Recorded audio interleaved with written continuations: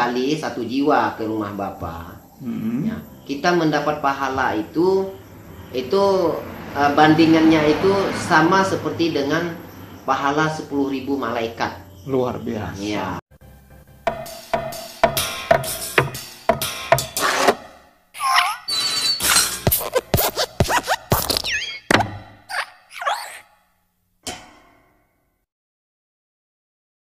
Shalom saudaraku, bertemu kembali dengan saya di Risans Channel. Di video kali ini kita akan membahas kesaksian mantan seorang misionaris yang akhirnya menjadi mu'alaf. Saya tidak begitu mengenal beliau yang mantan misionaris ini, tetapi berdasarkan keterangan namanya adalah Ferry Lim sebelum berubah menjadi Lim Muhammad.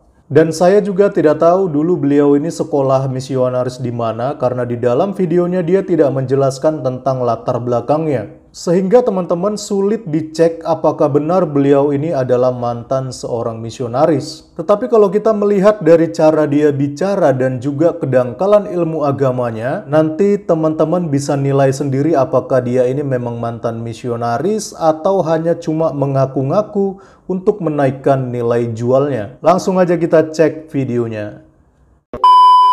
Anda tahu dengan aturan tidak boleh menyebarkan agama di atas orang beragama. Tahu kan pada saat itu kan? Ya. Tapi kenapa motivasi Anda pada saat itu sampai ke ranah hal tersebut? Kenapa Anda nekat menabrak aturan undang-undang tersebut? Ya. Begini, kalau pada awalnya kan dulu kan aturan mainnya itu kan tidak seketat sampai seperti saat ini. Ya. Yang sudah mengatur tidak boleh kita mengajak orang yang beragama lain untuk ikut ke agama kita. Iya, berarti pada saat itu yang terpikir Anda itu apa? Apakah memang karena doktrin atau apa?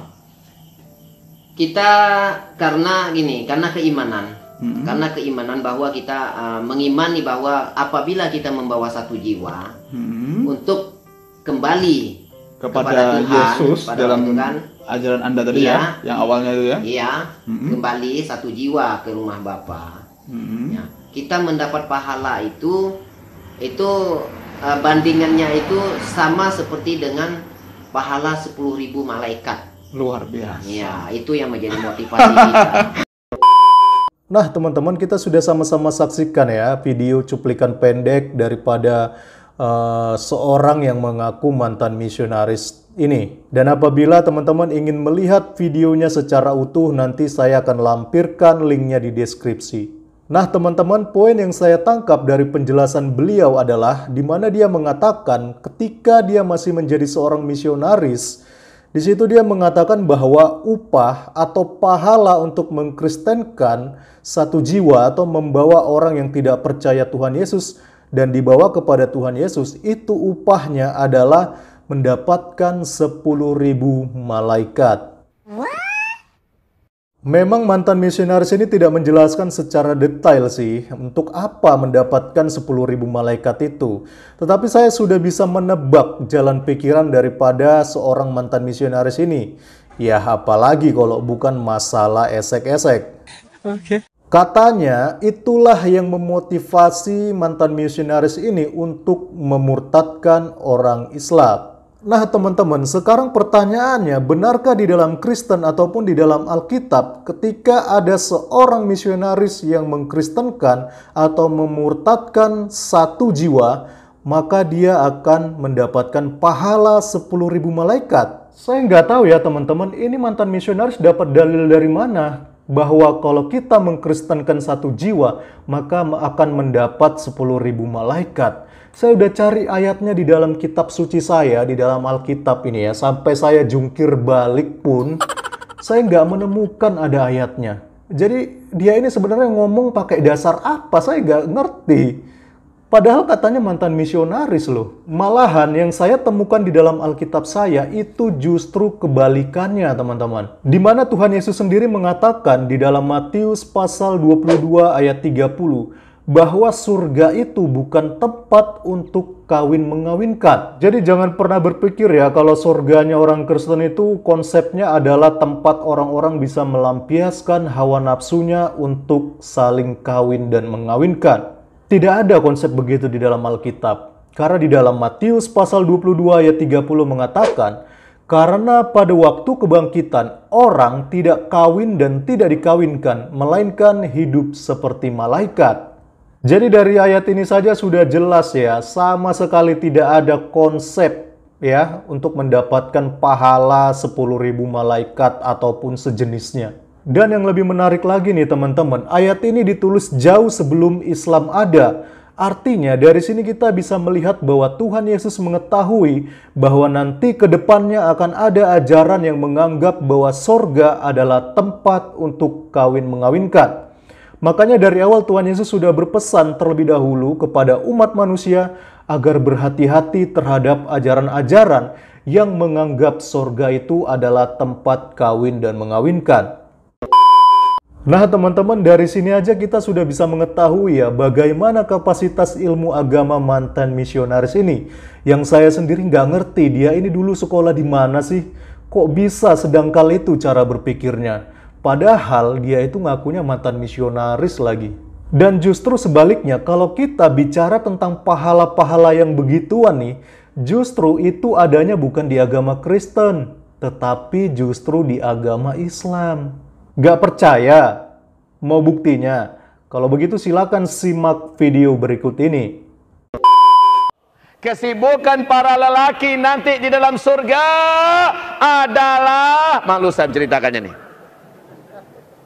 Mau terus? Kesibukan para lelaki yang masuk surga di surga adalah memecah perawan istri-istrinya. Perawan terus. Habis malam pertama dapatkan perawan istri, selesai dia perawan lagi. Gitu. Serius Pak. Kalau laki-laki masuk surga dikasih bidadari 7 orang, bagaimana dengan wanita? Apakah dapat 7 pangeran? Wanita yang terlintas di pikirannya ingin dapat 7 pangeran tak masuk surga. Kalau ada ibu berpikir akan masuk surga lalu punya suami 7, itu dijamin tak masuk surga. Kenapa laki-laki selalu disebut punya banyak bidadari? Beda laki-laki dengan perempuan. Laki-laki itu poli, sedangkan perempuan itu mono. Mono itu artinya satu, sedangkan laki-laki itu poli. Poliklinik, banyak klinik. Politeknik, banyak teknik. Poligami. Salah satu nikmat yang ada dalam surga adalah pesta seks. Pesta seks. Minta maaf, karena inilah yang kita tahan-tahan di dunia. Inilah yang kita tahan-tahan di dunia.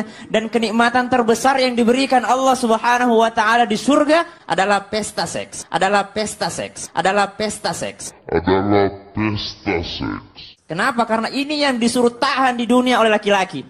Laki-laki disuruh menahannya, lagi musim panas gitu ya, gitu kan. Perempuan ini kuat sebenarnya. Saya tidak setuju kalau dibilang perempuan lemah. Laki-laki kalau naik pesawat itu pakai jaket, perempuan kalau naik pesawat itu pakai tank top. Masya Allah kuatnya.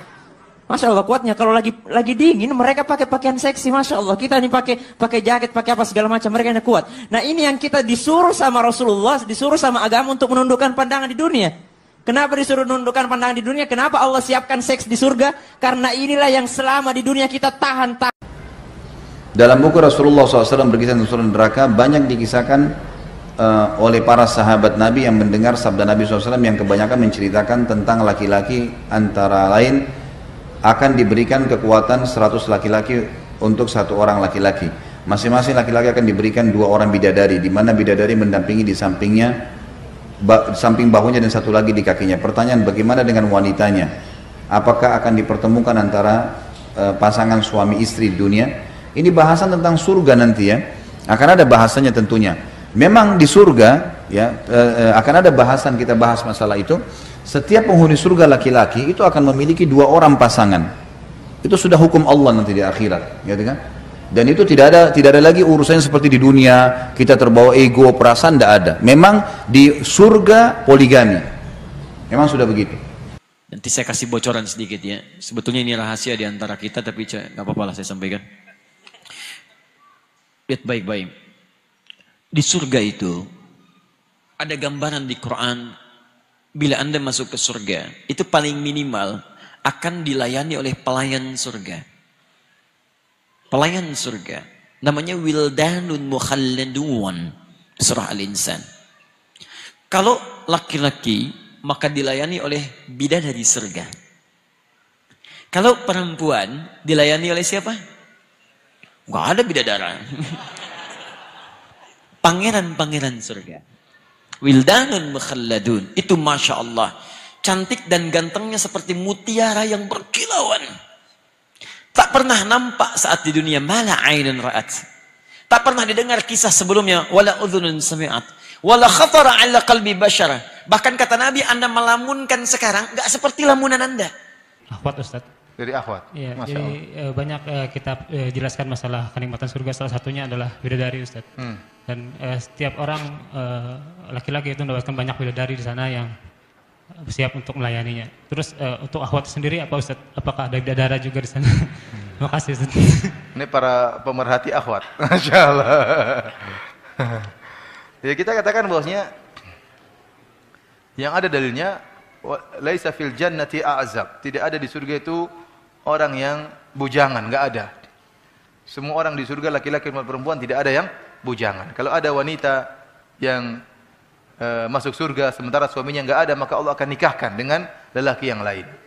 Apakah Allah akan menciptakan lelaki yang tampan sebagaimana bidadari, wallahu alam bisawab, ataukah Allah akan menikahkan dia dengan para lelaki lain yang sudah masuk surga? Ya, yang jelas tidak ada wanita yang bujangan. Semuanya akan menikah. Dan kita katakan bahwasanya dalil-dalil menunjukkan bahwasanya seorang lelaki akan bersama dengan istrinya. Kalau istrinya masuk surga, maka akan bergandengan dengan suaminya. Sehingga suaminya memiliki istri dari dunia dan juga bidadari-bidadari. Tidak sebaliknya seorang wanita memiliki 10 suami misalnya, tidak ada dalilnya seperti itu. Karena Allah masalah kenikmatan kan masalah kepuasan. Kenikmatan itu masalah apa? Kepuasan.